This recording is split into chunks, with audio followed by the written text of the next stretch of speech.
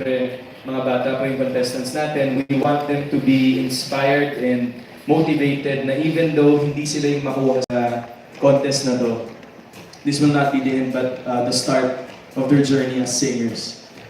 So yun po yung ina-encourage namin na maging image ng show sa mga bata, especially to the parents. Thank you, Alden. Thank you po. And for Betong, since singer ka rin naman, ano yung pwede mong wisdom or advices na maibibigay sa mga contestants sa mga bata or sa mga batang aspiring singers in general? Yun po, nahiya po ako dun sa singer po, pero salamat po sa inyo pong... Nag-concert ka, di ba? Di po, kasi po ngayon po kasi, pinaka-responsibilidad ko po, kasi po si Alden po yung, before siya yung journey host, ako naman po yung journey host po rito. So, kalimitan po, makakasama ko po yung mga magulang, yung mga guardians sila, pero nakakausap po yung mga bata, sabi ko sa kanila nila, kung hindi pa sila palari ngayon, dire-diretso lang, huwag bumitaw sa pangarap.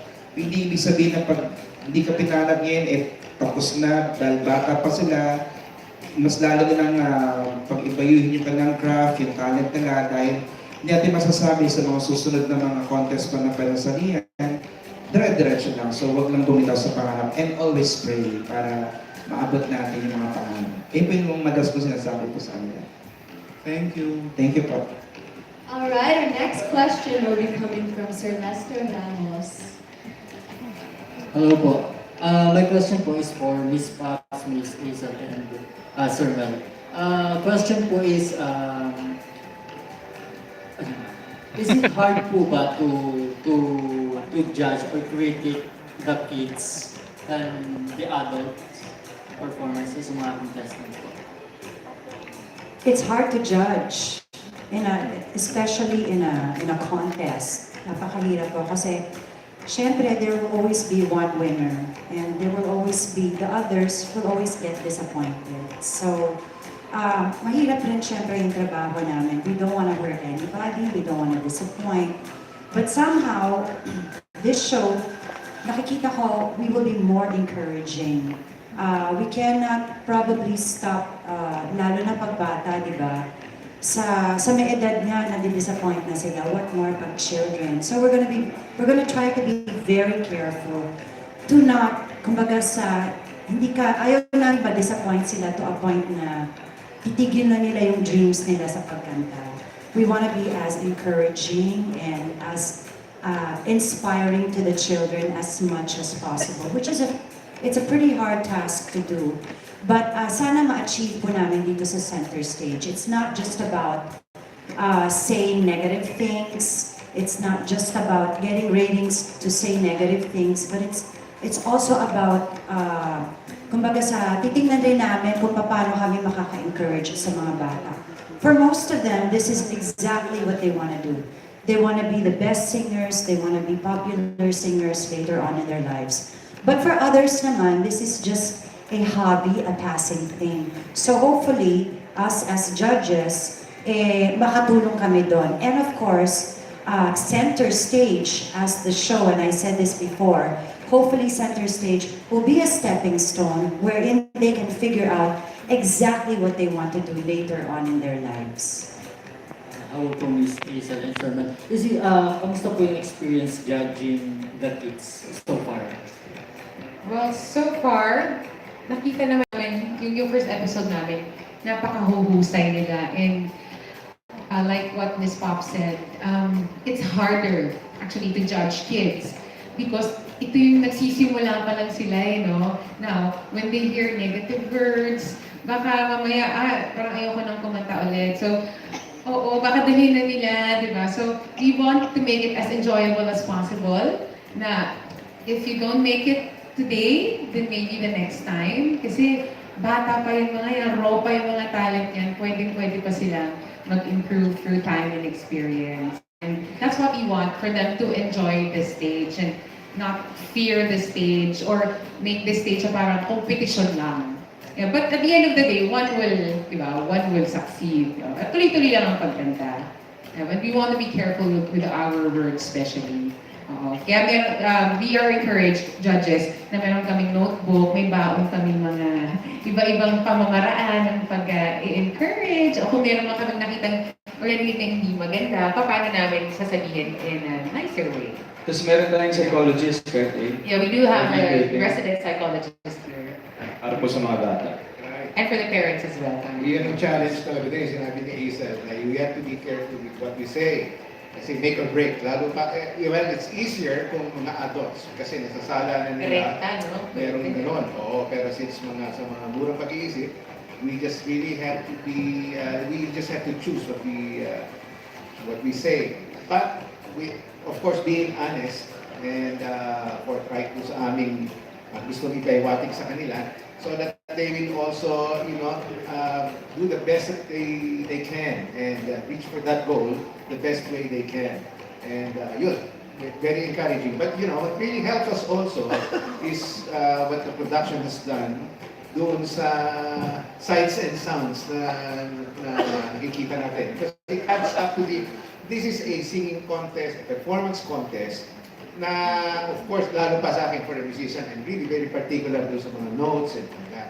And it's really exciting. Kaya lang, with this parang yung game, parang gano'n na thing, yung fun factor, nag-level up yung fun factor. So it also, perks us up. Builds up the excitement, Yes, diba? gives us yung excitement na yun. And then, we feel it, kami mismo, kasama doon sa fun factor na yun. Well, it's kind of easier kung hindi gano'n, no? Easier. Dahil iba-iba rin po yung mga judges before we judge. Ako may stage at yung sound. Diba? Lalo na dun sa mga kabataan na manonood din ito, diba? So that adds up to the excitement of the show. And the fun, that's what I love also. Thank you po. All right, our next question will be from Miss Bot Glorioso. Hi, good afternoon. For the judges po, are you allowed po ba to give tips dun sa mga bata after the show or after you have judged them? More Actually, it's yeah, in the show. actual na namin siya ginagawa habang nasa show po. On air. And po sa palagay niyo yung, bawat isa po sa inyo, top 3 tips na pwede niyo mabigay sa kanila? Ako muna. Una-una, I've never joined a singing contest. Aicelle has joined it, so she would know more than me. But if you were to ask me, I know it's tough. Iba kasi yung kumanta ka in front of a lot of people. Pero iba rin yung kumanta ka in front of a lot of people. And yet, yun na nga, you're out there, there's a goal, there's a prize, and you have to win. There's only one winner. So I think mas gusto ko ma-encourage mga kids to really have fun on stage. They're very young. So this should serve, again, as a beginning. Most of them have probably also joined other contests. Pero sana sa center stage, mas mag-enjoy sila. Yes, there's still a winner. Yes, there's still a prize. Yes, there's still a goal. But we want them to be as relaxed as possible. We want them to also enjoy and make friends with the other children that they're competing with. They are children, let's not forget that. So sana yun yung ma-invite natin, di ba? Yung competition siya, pero backstage, madami silang mamimit at magiging kaibigan. At the same time, the minute they set foot on this stage, and they're here on center stage, mag-enjoy sila and they just show kung ano man yung talagang style nila, character nila, at talent nila. Well, for me, I joined several contests, failed some. Actually, lahat naman yan. Pero okay lang. Ako siguro, nung mas bata ako, na natalo ako, yung totoo, nalungkot ako. And I said, I will never join a contest again. Because it hurt me. Parang, hindi naman po yun yung gusto. Parang kasi ang nakalaban ko, bumibirit. But I wasn't a biritera back then. So I understood. So sabi ko, hindi yung strength ko. Maybe, I built on my strength. And dun ako nagsimula. Diba? So that's one. Two, kanta lang ng kanta, ensayo ng ensayo. Kasi habang tumatagal, gumagaling ka sa iyong pagkanta, meron kang mga certain placements na discover, uy, kaya ko na to, dati hindi ko kaya. And then third, Never stop learning. It doesn't stop there. Pagka nakatutunan mo ng bumirit, that doesn't mean you're the best. You have to eventually mean what you say, di ba? Bawat letra kinakanta mo, meron kang hatid na kwento. And that's what captures me as a judge. Yun, importante sa akin yun. I'm sure marami pang points si Sir Mel. Hindi, nasabi mo na. Nasabi mo na yan. Ang pinaka-importante sa akin, having been part of a couple of singing contests before, yung idea na kailangan makakonect yung kumakanta sa akin. Ibig sabihin na, kasi I have that capacity na I'm focused on the performer, and then nasa shot of yung ganyan, kailangan ma-affect mo ako. Or, in other words, like ang mga na sinabi ni Aicelle, na yung lyrics na sinasabi na nandun sa loob ng song, kailangan nakikita ko yung istorya niya yun habang niya kinakanta. So actually, that's what gets me.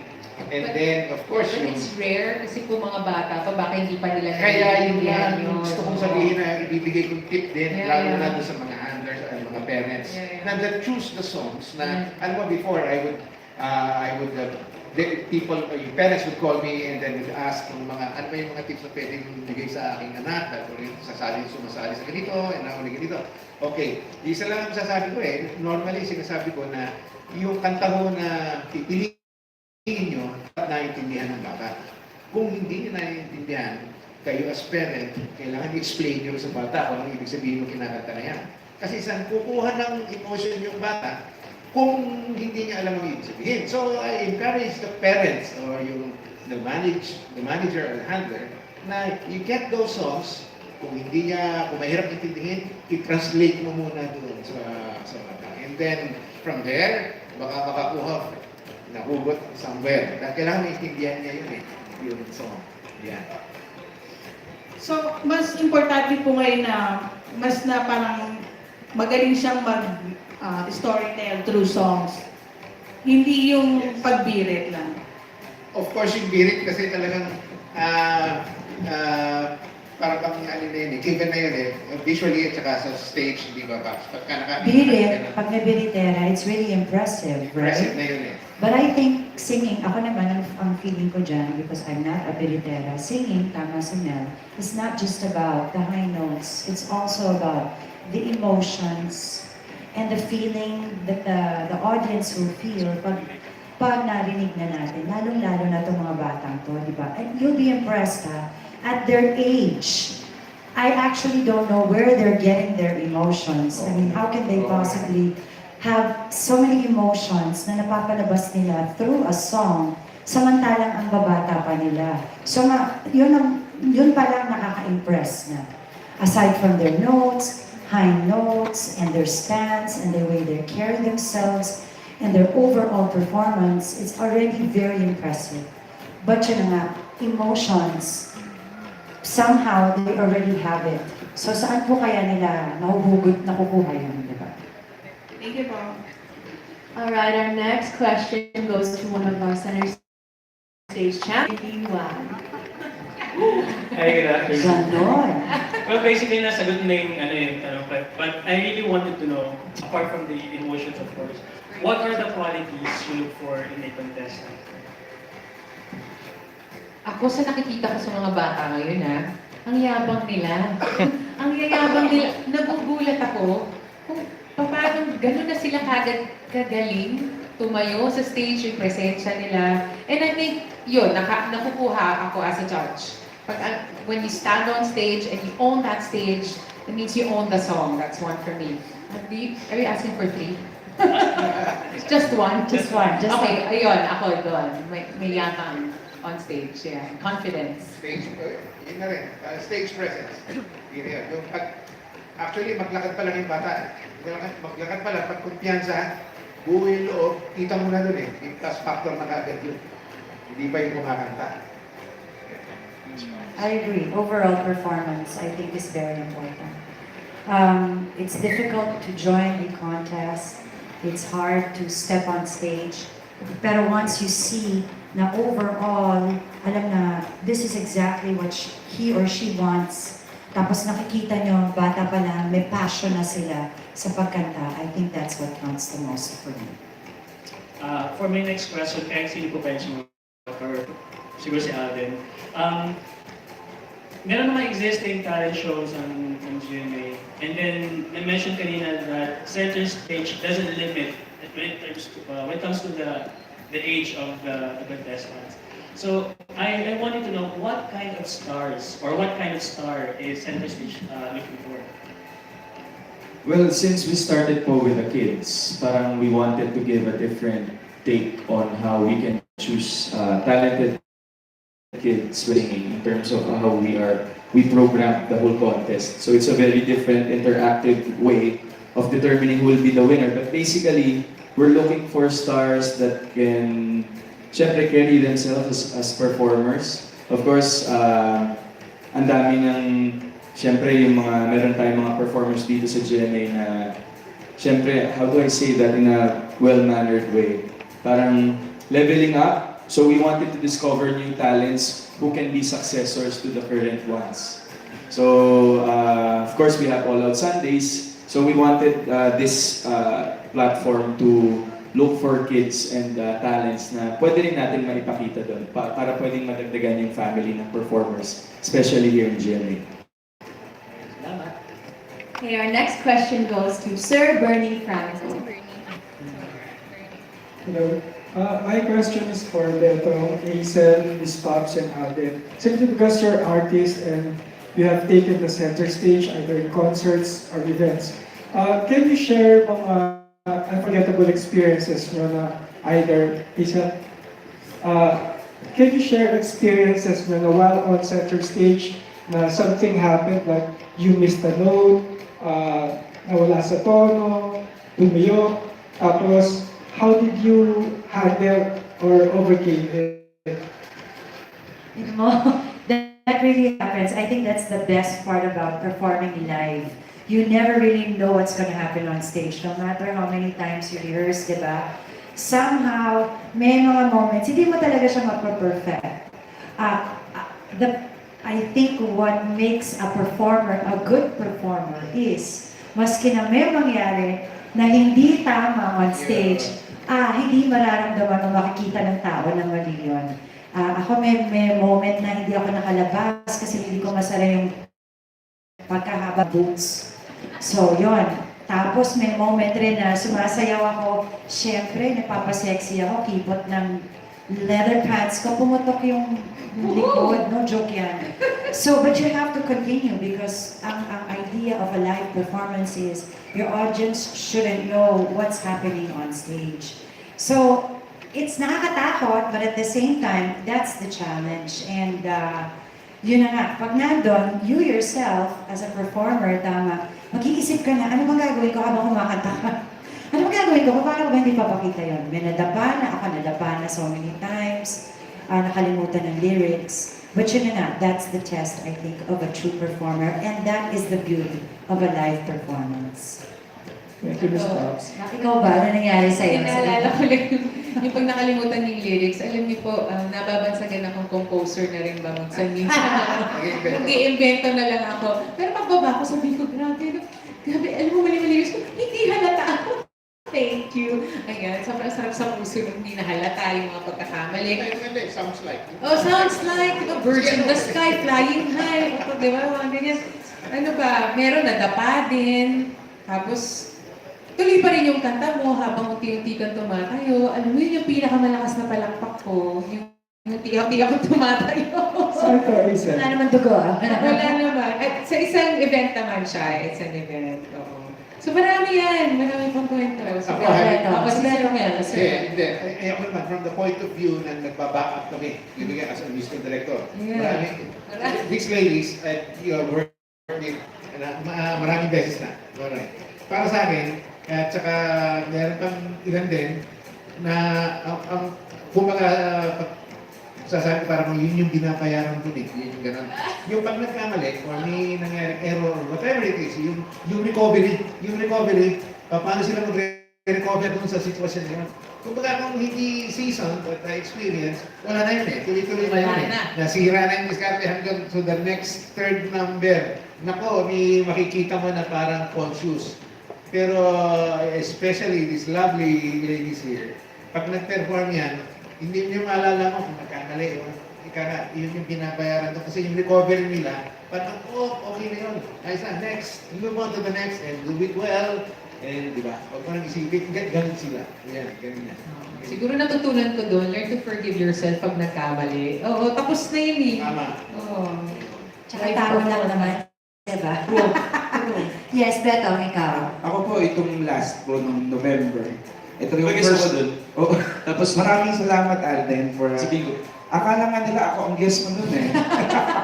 And then, sa tindi po, that first time, talagang totoo yun, nagiging composer ka talaga ng... Meron ng prompter, pero hindi ko nasusunod at sa sobrang kaba. Andyan yung nawawalan ka na ng laway. Yung tuyo ka ng tuyo, pero hindi mo alam kung saan kukuha ng laway. Pero the show must go on. Buti na lang po, komedyante po ko, kaya nagagawan mo ng Pero okay. papalusot po. In fairness kay Betong talaga, sabi ko more concerts. Oo nga, bahala na sila. Pero yun, buti lang nakatulong din ng komedyante ka. So minsan, pag hindi mo nga nasasabing lyrics, ibabanggit ka ng tao sa ang ganda nito, pero so lang na wala, hindi mo alam yung sasabihin ko. Ito. Everybody sing. Oh, okay naman! Kaya, di ka natataas ng nota mo, di ba? Eh, nakapagod ka na. Ganito, oh, kayo naman! So alam niyo na yung style. Meron nga akong kilala, pagka nalilimutin yung lyrics, kunyari, don't stop! Wala. Bakit naalala na? Mas unforgettable, Ay, diba? Hindi, kasi parang, I'm really an actor po, not a performer. Well, can be a performer, can host, ganyan. But really, from an actor's point of view, being able to perform.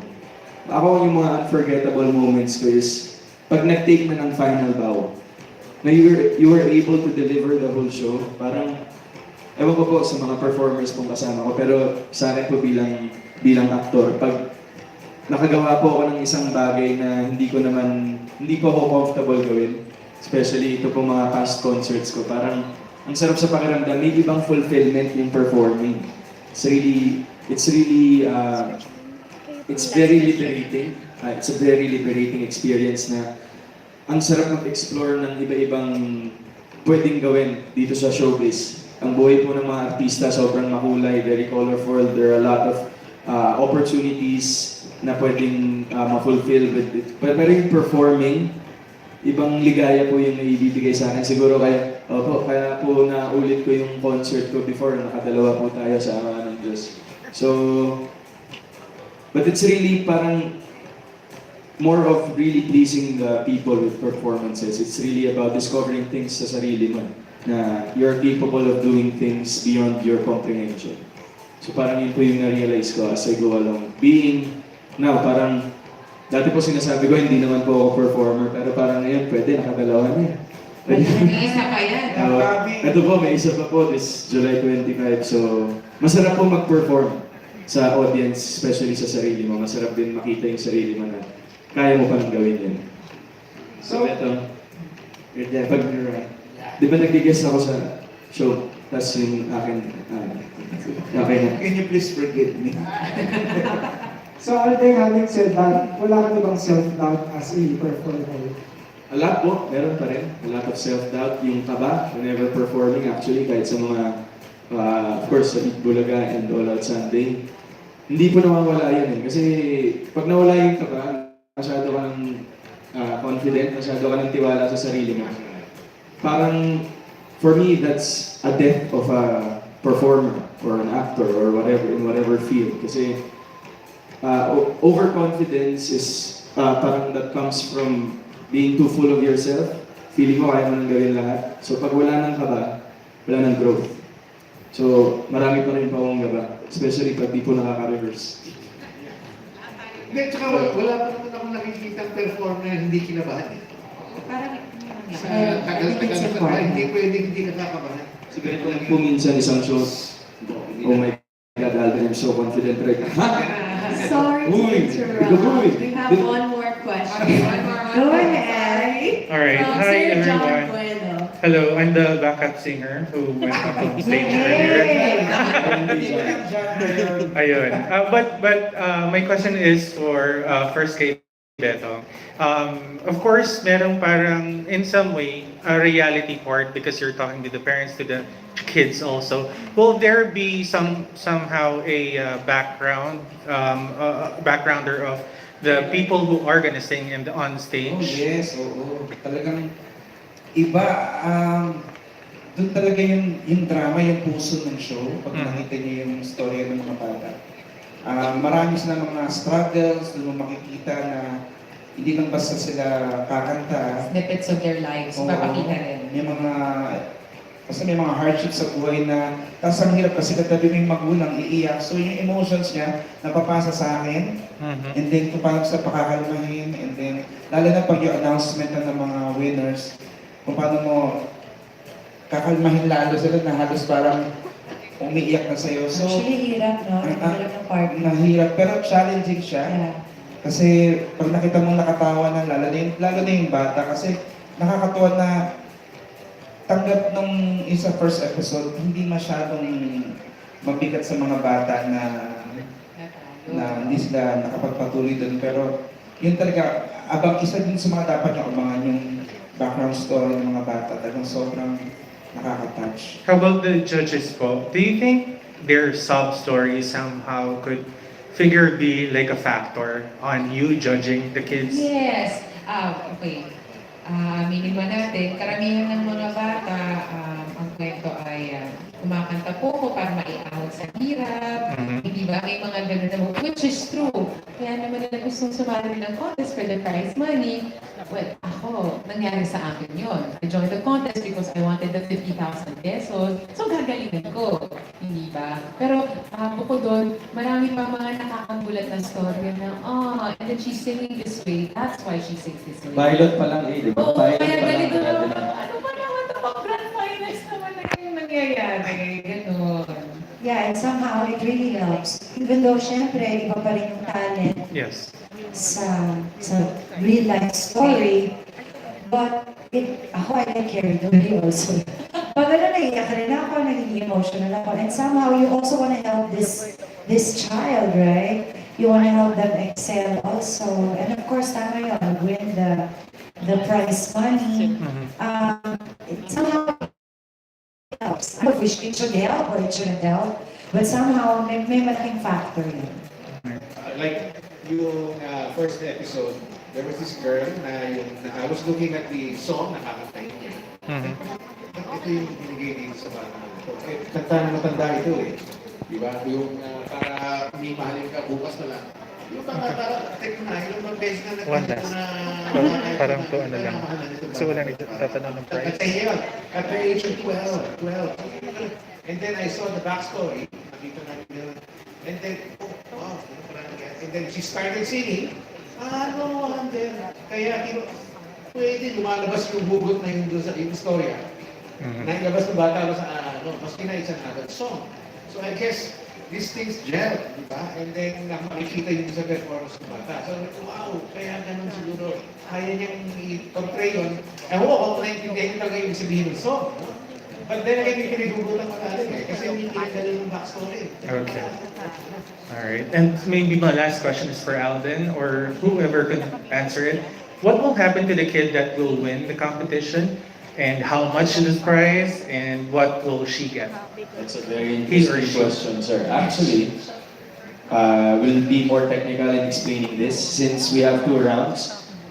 For the first elimination round, where the kids po is gonna sing and then they'll step towards that mid-stage. That's how I would like to Ginawa call niyo it. po kanina. Yun po. Yeah. So pagdating po dun, the kids from this point is, the song was chosen po by the production. So they will sing a common song. Pagdating po dun sa stage kung saan po kayo nag-end up kanina, that will be their piece. Kumbaga kakantahin nila yung original song na gusto nilang kantahin. And then, of course, the voters will vote, the judges will vote, and then that kid will take on center stage, and then that's the center stage, but this is the ultimate center stage. Tapos ito pong rings right here, it's very significant. So per kid will be the defending winner. So every episode po, iba-iba pong bata ang magta-try kumuha ng title na yun. So if there's the kid right here, and then he or she will have ring already.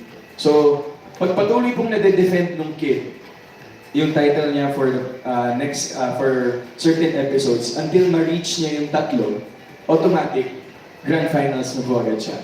But,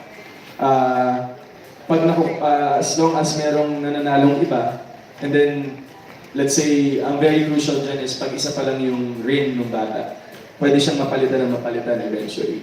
The price, that's yet to be announced, pero yun po, that's how basically how it works, center stage works. Medyo parang ano siya, battle of the defending champions. Kukunin yung title dun sa defending winner.